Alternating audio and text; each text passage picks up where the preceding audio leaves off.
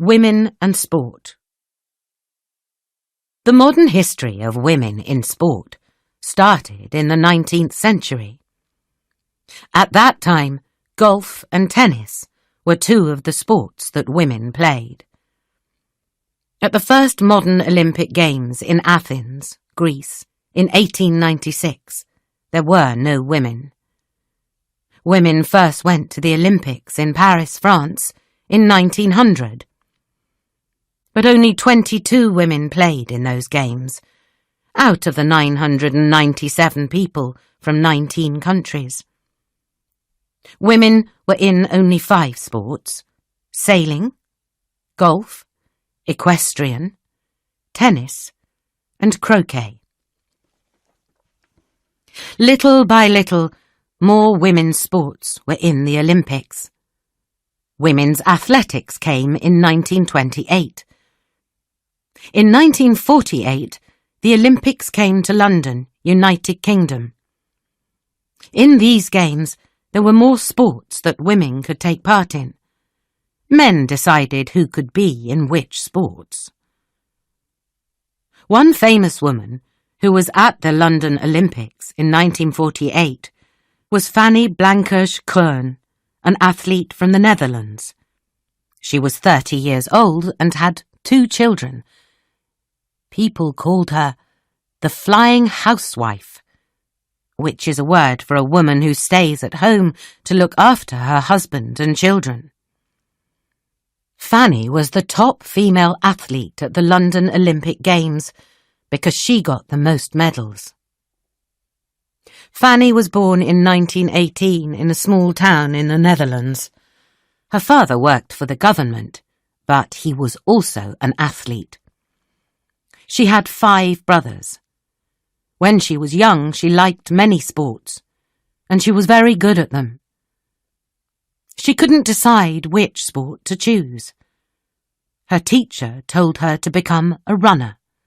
As a runner, she could do great things. Fanny won a lot of races when she was young, but in 1948 she was 30 years old, and many people thought that she was too old to be the best.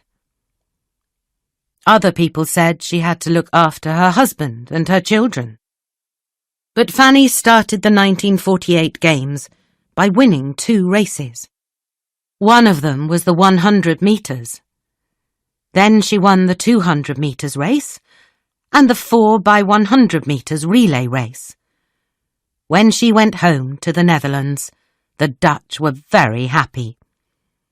She showed everyone that a woman could be a housewife and still win gold medals. In 1999, Fanny Blankers-Koen was voted Female Athlete of the Century because of her 4 gold medals at the 1948 Games.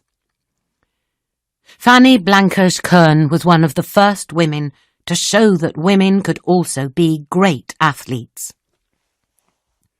Later, there were other great sportswomen, like American tennis player Billie Jean King. When Billie Jean King was 12 years old, she decided that she wanted to fight for equal rights for girls and women, and she used tennis to do that. Billie Jean King was born in 1943 in Long Beach, California, USA. Her family were athletes, and Billie Jean liked sport too. She asked her father what sport she could play. Her father talked about tennis. A few months later, Billie Jean's friend took her to play tennis for the first time. As soon as she hit the ball, Billie Jean knew that she wanted to be a tennis player. She began to play at Long Beach, and she used a racket she bought with money she got from little jobs. Her family were not rich. Still, she told her mother that she was going to be number 1 in the world. But she soon knew that tennis was different for women than for men. When she was 12 years old, she played at a tournament at the Los Angeles Tennis Club. But Billie Jean could not be in the group picture of young tennis players, That was because she wore the short trousers her mother made her wear. She did not wear the usual tennis dress worn by female athletes. This taught her that being a tennis player was more difficult for girls. When she got older, Billie Jean began winning big tennis tournaments.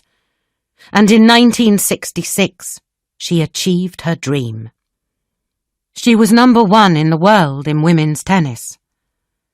She was number 1 for 5 years in total, 1967 to 1968, 1971 to 1972, and 1974. But Billie Jean saw that women tennis players did not win as much money as men. When she won the US Open tournament in 1972, she received $15,000 less than the men's top player, Ilie Nastase. She would not go to the US Open in 1973 because of that, she said. The US Open became the first big tournament to give equal money to its men and women top players. Wimbledon, the oldest tennis tournament in the sport's history, was the last big tournament to do this, in 2007. Today, tennis is one of the few sports that pays its men and women the same in big tournaments. This is thanks to Billie Jean and other female players like Martina Navratilova and Venus Williams. In 1973, Billie had another fight. This time it was against a man. His name was Bobby Briggs. Bobby Briggs was a top men's tennis player in the 1930s and 1940s. He won the Wimbledon men's tournament in 1939, and he was the world number 1 tennis player in 1941, 1946, and 1947. The women's game was much worse than the men's game, he said.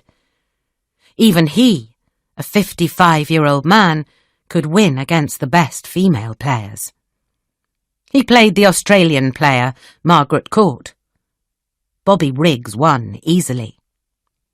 Then, Billie Jean agreed to play him. The Briggs-King match happened in Texas on the 20th of September 1973. There were 30,492 people at the match. Also, about 50 million people watched it on TV in the USA, and about 90 million in 37 other countries watched it. The 29-year-old Billie Jean beat the 55-year-old Bobby 6-4, 6-3, 6-3. She won $100,000. Billie Jean knew that the match was very important for women's rights. In her tennis career, Billie Jean won 39 big tournament titles. She was one of the greatest tennis players ever. But she did not just play tennis. She also made great progress for women's equality and for women's pay in sport. On the 28th of August, 2006, the United States Tennis Association, USTA, National Tennis Center, was named the USTA Billie Jean King National Tennis Center. In many countries, women's fight to be in sports has taken longer. In Saudi Arabia, for example, it was 2012 when 2 women went to the Olympics for the first time. Their names were Sara Attar and Vojdan Shaharkhani. Sara ran the 800 meters, and Vojdan was in the judo. Since 1980, in Iran, the government has not allowed women into stadiums to see all men's sports. But now, things are changing.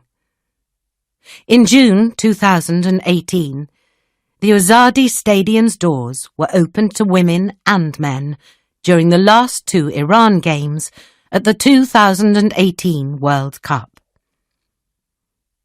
Things are changing fast in the world.